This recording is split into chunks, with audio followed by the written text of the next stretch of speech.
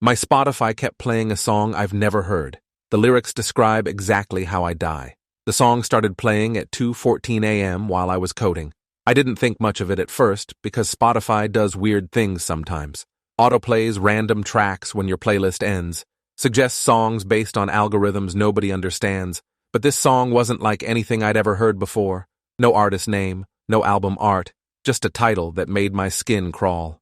The Last Day of Ethan Cross. My name. My actual name. I thought it was some kind of targeted ad or marketing stunt. Tech companies know everything about us now. They scrape our data and sell it. Someone probably created a custom song generator that pulls your name from your account. Creepy, but explainable. Then the lyrics started. The voice was distorted, robotic almost, but with human inflections that made it worse somehow. Ethan Cross will die at dawn. The car comes fast. He never sees it. The impact breaks him. The pavement drinks his blood. I grabbed my phone so fast I knocked my coffee mug onto my keyboard. Spotify showed the song playing, but when I tried to screenshot it, the app crashed. When I reopened it, the song was gone. My recently played list showed nothing. No history of it ever existing. I searched for the title. Nothing. Searched my name plus song. Nothing. Like it had been completely erased from existence the moment I tried to capture evidence of it. I told myself I was overtired. I'd been pulling all-nighters for a week trying to finish the software project that was supposed to save my startup. My business partner Caleb kept saying we were one deadline away from securing our Series A funding. One more month of 18-hour days and we'd be millionaires. Sleep deprivation does things to your brain, makes you hear things, see things. I'd been surviving on energy drinks and leftover Chinese food. Hallucinations were probably inevitable. I shut down my computer and went to bed. Tried to sleep. Failed. Kept hearing that distorted voice singing about my death. The car comes fast. He never sees it. I got up at 5 a.m. and made coffee instead of sleeping. My apartment was in downtown Seattle. 5th floor walk-up in a building that should have been condemned decades ago. The rent was astronomical, but it was close to our office, which was really just a converted warehouse space we shared with 3 other startups. I could walk there in 15 minutes, which meant I never needed a car. Never even had a driver's license, actually. Grew up in New York, where nobody drives. Moved to Seattle 3 years ago to launch the company with Caleb, who I'd met at a hackathon. We'd been best friends since, partners in everything, building something from nothing. The song said a car would kill me, but I didn't drive, so it had to be wrong. I walked to work at 6 a.m. like always. The streets were empty, except for homeless people sleeping in doorways and early morning joggers. Nobody paid attention to anyone else. That's how cities work. Anonymity as a lifestyle. I crossed 4 intersections on the way to the office, checked both ways every time like my mom taught me when I was 6. No cars came close to hitting me. By the time I reached the warehouse, I'd almost convinced myself the whole thing had been a stress-induced hallucination. Caleb was already there drinking Red Bull and staring at 3 monitors displaying code. He looked worse than I felt. He didn't look up when I came in, just said we had a problem. The client meeting we'd been preparing for got moved up to this afternoon instead of next week. They wanted to see a working demo in 6 hours. We weren't ready. We were maybe 60% finished. The authentication system still had bugs. The user interface looked like it was designed by someone who hated humans. Caleb said we either pulled off a miracle or we lost the contract and probably the company. I sat down at my desk and started coding. Forgot about the song. Forgot about everything except the screen in front of me and the deadline that was going to make or break our future. 3 hours later, my Spotify started playing again. I hadn't opened it, hadn't touched my phone in an hour, but there it was, that same song. The Last Day of Ethan Cross. Caleb heard it too this time. He looked over at me with confusion on his face and asked what the hell I was listening to. I grabbed my phone and the lyrics were different now, more specific, more detailed. Ethan Cross will die at dawn. He crosses 4th Avenue at exactly 7:14 p.m. The silver sedan runs the red light. Driver doesn't brake. Ethan's skull fractures on impact. He dies before the ambulance arrives. The timestamp on my phone said 9:47 a.m. The song was giving me a countdown. 10 hours until my scheduled death. I showed Caleb the screen, but when he looked at it, the song had vanished again. The app showed I was listening to silence. No track playing. No history. He thought I was pranking him. Said I was too stressed and needed to take a break. Maybe get some actual sleep instead of whatever zombie state I'd been operating in. I insisted it was real. Pulled up my Spotify on the computer. Still nothing. Checked my account settings. Everything normal. No strange devices logged in. No unauthorized access. The song existed only when it wanted to exist, only when I was the only witness. That's when the fear really started setting in. This wasn't a hallucination. Hallucinations don't leave you questioning your sanity while showing you specific details about your death. I spent the next hour trying to find information about the song online, searched every variation I could think of. Personalized death prediction song. Spotify playing songs that don't exist. Music predicting future death. Found some conspiracy theory forums where people claimed AI was becoming sentient and communicating through streaming services. Found some mental health forums where people discussed auditory hallucinations. Nothing that matched what was happening to me. Nothing that explained how a song could know my exact name and predict the specific circumstances of my death hours before it happened. I checked the time. 11:03 a.m. 8 hours and 11 minutes until the song said I'd die. Caleb noticed I wasn't working anymore. Asked if I was having some kind of breakdown. I told him everything. The song appearing at 2 a.m. The lyrics describing my death. The new version with specific details about time and location. He listened without interrupting, which wasn't like him. Caleb always interrupted, always had opinions, always needed to be the smartest person in the room. But this time he just listened with this expression I couldn't read. When I finished, he was quiet for a long moment. Then he said something that made my blood run cold. He said his Spotify had been doing weird things too, playing songs he didn't recognize, songs without artist names, songs that disappeared from his history immediately after playing. He pulled up his phone and opened Spotify, scrolled through his recently played list. Everything looked normal to me. Indie rock and electronic music, his usual taste. Then he tilted the screen and I saw something flash for just a second, a song title that vanished as soon as I registered seeing it. The Necessary Sacrifice of Ethan Cross. I asked him what that meant. He said he didn't know, said he'd been seeing that title pop up randomly for 3 days, but every time he tried to click on it, the app would crash. He thought it was a bug, some glitch in Spotify's algorithm. But now that I was telling him about my song, he was starting to think it was something else, something connected. I asked him directly if he knew anything about this, if this was some kind of elaborate prank he'd set up to mess with me. We'd always had that kind of friendship, constantly trying to out-prank each other. He'd once convinced me our office was haunted by setting up speakers that played whispers when I was alone. I'd gotten him back by hacking his dating app to make it seem like he'd matched with his ex-girlfriend. But this felt different, too specific. Too disturbing. He swore he had nothing to do with it, said he was just as freaked out as I was. The fact that both our accounts were showing weird songs with my name in the title meant something bigger was happening, something we didn't understand. The client meeting was at 2 p.m. We had 3 hours to finish the demo, and I couldn't focus on anything except the countdown in my head. 7:14 p.m., 4th Avenue, silver sedan. I pulled up Google Maps and looked at 4th Avenue. It was 6 blocks from our office. The intersection where the song said I'd die was right outside a grocery store I went to sometimes. Normal street, normal intersection, traffic light that worked fine. Nothing about it seemed dangerous. I'd crossed that exact intersection hundreds of times, never had a close call, never even had to run to avoid a car. The song had to be wrong, had to be someone messing with my head. Caleb suggested we cancel the meeting, said my mental state was more important than the contract, but I refused. We'd worked too hard, sacrificed too much. This meeting represented everything we'd been building toward for 3 years. I wasn't going to let some inexplicable Spotify glitch destroy our company. I told Caleb I'd be fine, told him I'd avoid 4th Avenue after the meeting, take a different route home, stay in the office until midnight if I had to. The song gave a specific time and place. All I had to do was not be at that time and place. Simple, easy, problem solved. He didn't look convinced, but he nodded, and we both went back to coding. At 1:30 p.m., my Spotify opened by itself again. This time I was ready. I started screen recording on my phone before looking at what was playing. The song had changed again.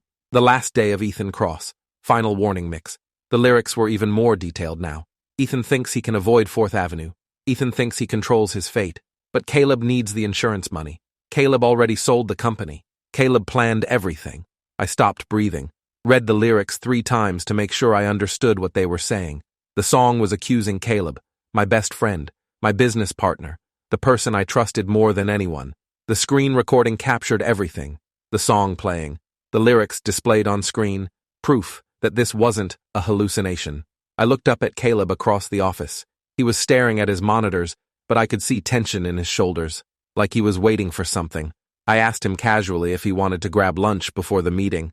He said no without looking at me, said he wasn't hungry. I pressed him, said we should talk about the client pitch, make sure we were aligned on what to present. He finally looked at me and his expression was completely blank, empty, like looking at a stranger. He said we'd talk after the meeting, said he had some calls to make first. Then he put in his headphones and turned back to his screens, shutting me out. My best friend of 3 years, suddenly acting like I didn't exist. I pulled up our company's financial records while Caleb wasn't paying attention. We had shared access to everything. Complete transparency was part of our founding agreement. But when I tried to log into our bank account, the password had been changed. Tried our investor portal, password changed. Tried our corporate email, changed. Every single system I should have had access to was suddenly locked. Caleb had systematically cut me out of our own company. I checked the date. The password changes had all happened 3 days ago. The same time Caleb said he started seeing that song about the necessary sacrifice of Ethan Cross. This wasn't coincidence. This was planned. I confronted him directly, walked over to his desk, and asked why he'd changed all the passwords. He didn't even try to hide it. Just said he'd been meaning to talk to me about it. Said the company wasn't working out the way we'd planned. Said our Series A funding had fallen through and we were basically bankrupt. Said he'd found a buyer willing to acquire our technology, but only if he was the sole owner. No co-founders, no complications. He'd negotiated the deal weeks ago, been planning to buy me out with a small severance package. But then, he realized the life insurance policy we'd taken out on each other when we founded the company. Standard startup practice. Partners insure each other in case something happens. Caleb's policy on me was worth $2 million. I felt like I'd been punched in the stomach. Asked him if he was seriously suggesting what I thought he was suggesting. He didn't answer directly. Just said sometimes sacrifices had to be made for the greater good. Said I'd understand eventually, that this was business, not personal. I backed away from his desk slowly. My hands were shaking. Caleb stood up and I saw he was holding something behind his back.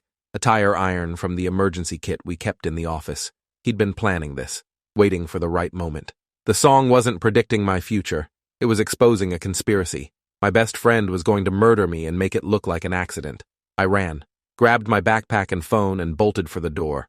Caleb didn't chase me immediately, just called out that I couldn't avoid this, that everything was already in motion, that I should just accept it and make it easy on both of us. I took the stairs instead of the elevator, 5 flights down as fast as I could move, burst out onto the street and started running. No direction, no plan, just away. I could hear Caleb behind me, his footsteps on the pavement, his voice calling my name, telling me to stop running, telling me this didn't have to be violent. He'd make it quick if I just cooperated. I cut through an alley between 2 buildings, jumped a fence, came out on 3rd Avenue, checked my phone.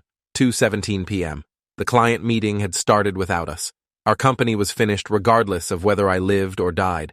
But at least if I lived, I could report Caleb to the police, could expose what he'd planned, could get some kind of justice even if it didn't save the company.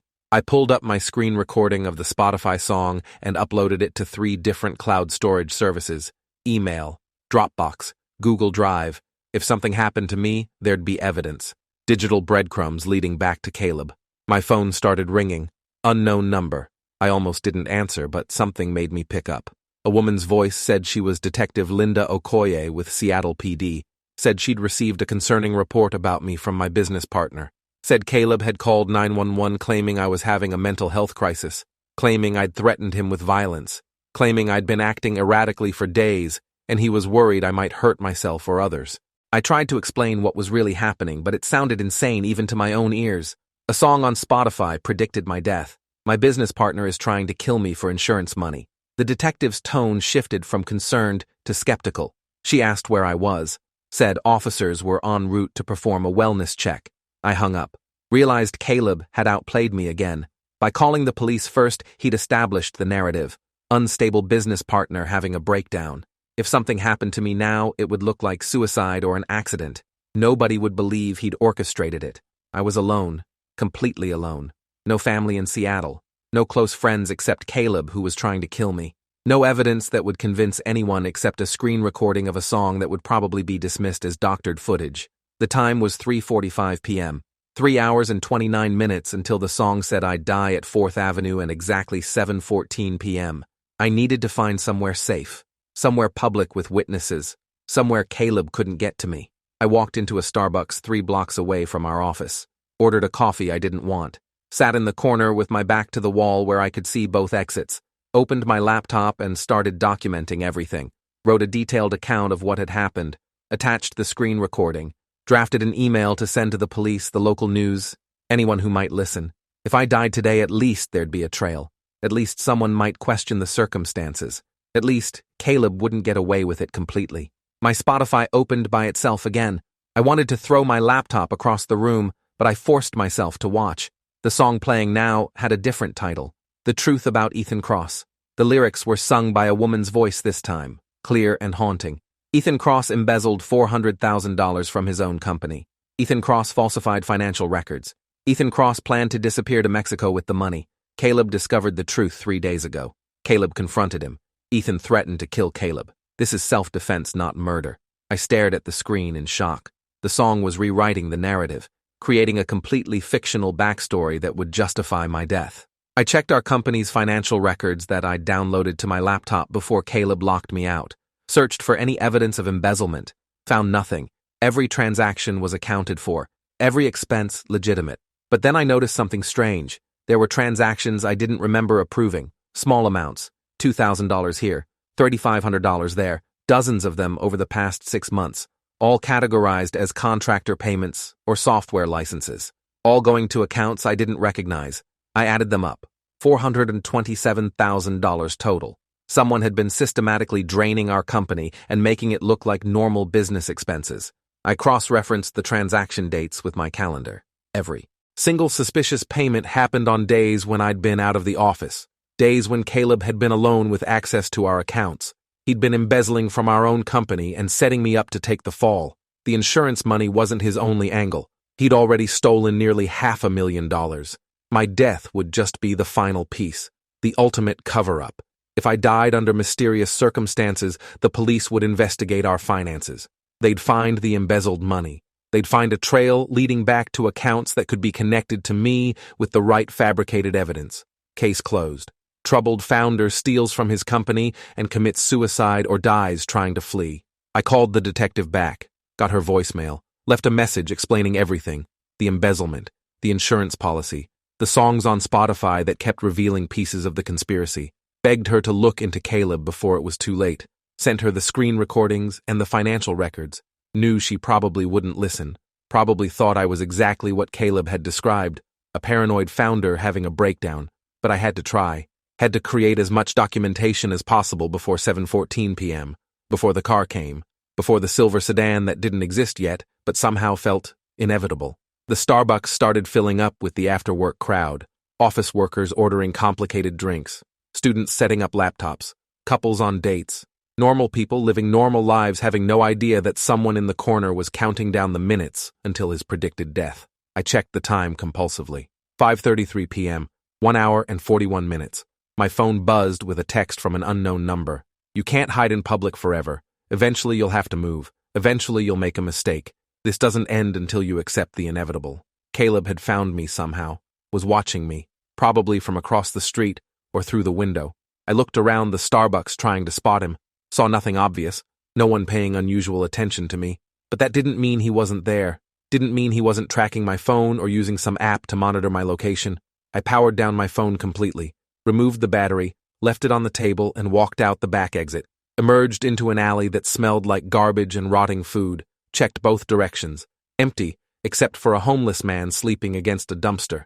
I headed south, away from our office, away from 4th Avenue, away from the intersection where the song said I'd die. But as I walked, I realized the problem. Every route away from 4th Avenue eventually required me to cross other streets, other intersections, other places where a car could hit me. The song said 4th Avenue at 7:14 p.m., but what if that was just the most likely scenario? What if my death was inevitable regardless of where I went? What if I was fighting against predetermined fate? I stopped walking and leaned against a brick wall. My chest hurt. Breathing was difficult. Panic attack, maybe.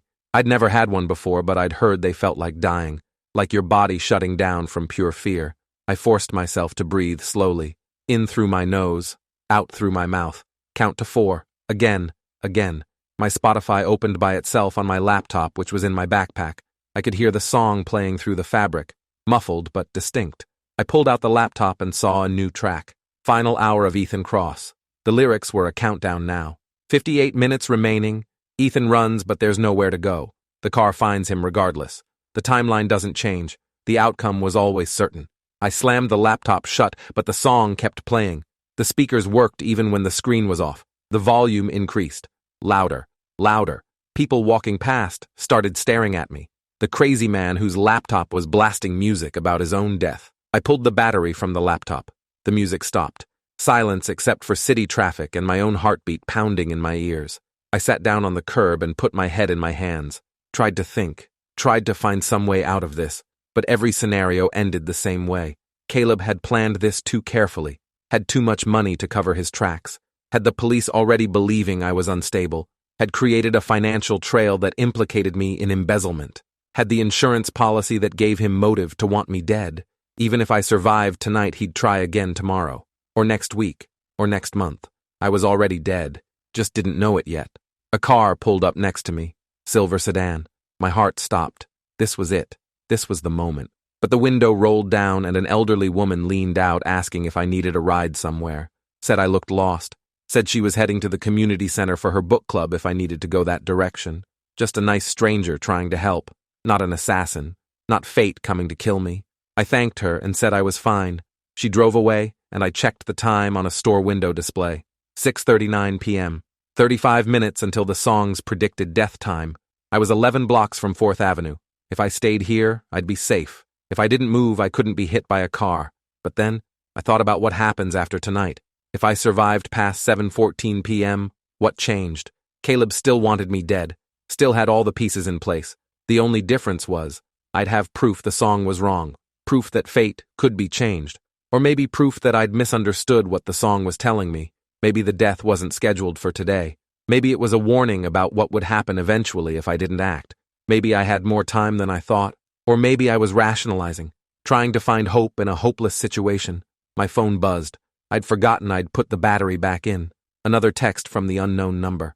You're 11 blocks from 4th Avenue. Stay where you are for 29 more minutes and you might survive. But then what? You've already lost everything. Company gone. Reputation destroyed. Best friend turned enemy. Money stolen. Police think you're unstable. No one will believe you. Even if you live, you're already dead. The text was right. Everything I'd built was gone. 3 years of my life destroyed in one day. But at least I'd still be alive. Still breathing. Still able to fight back somehow. Detective Okoye called. I answered immediately. She said she'd reviewed my voicemail and the evidence I'd sent. Said she'd also done some research into Caleb and found concerning information. Said there was an active investigation into him from 2 years ago. Another business partner who died in a suspicious car accident. No charges filed because there wasn't enough evidence, but the case was never officially closed. She said she was taking my claims seriously. Said she was sending officers to bring me in for protection and to question Caleb. Said I should stay exactly where I was and not move. Help was coming. I felt relief flood through me. Someone believed me. Someone was actually going to help. But then I heard something in the detective's voice. A slight tremor. Fear maybe. Or uncertainty. I asked her what the timeline was.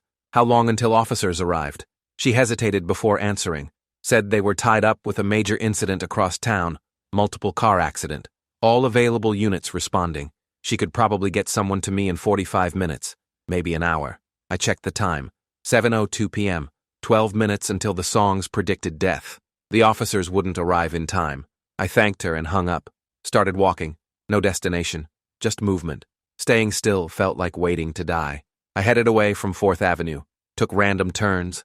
Zigzagged through alleys. Tried to be unpredictable. If Caleb was tracking me somehow, I'd make it harder. I emerged onto a residential street I didn't recognize. Small houses with overgrown lawns. Kids playing basketball in a driveway.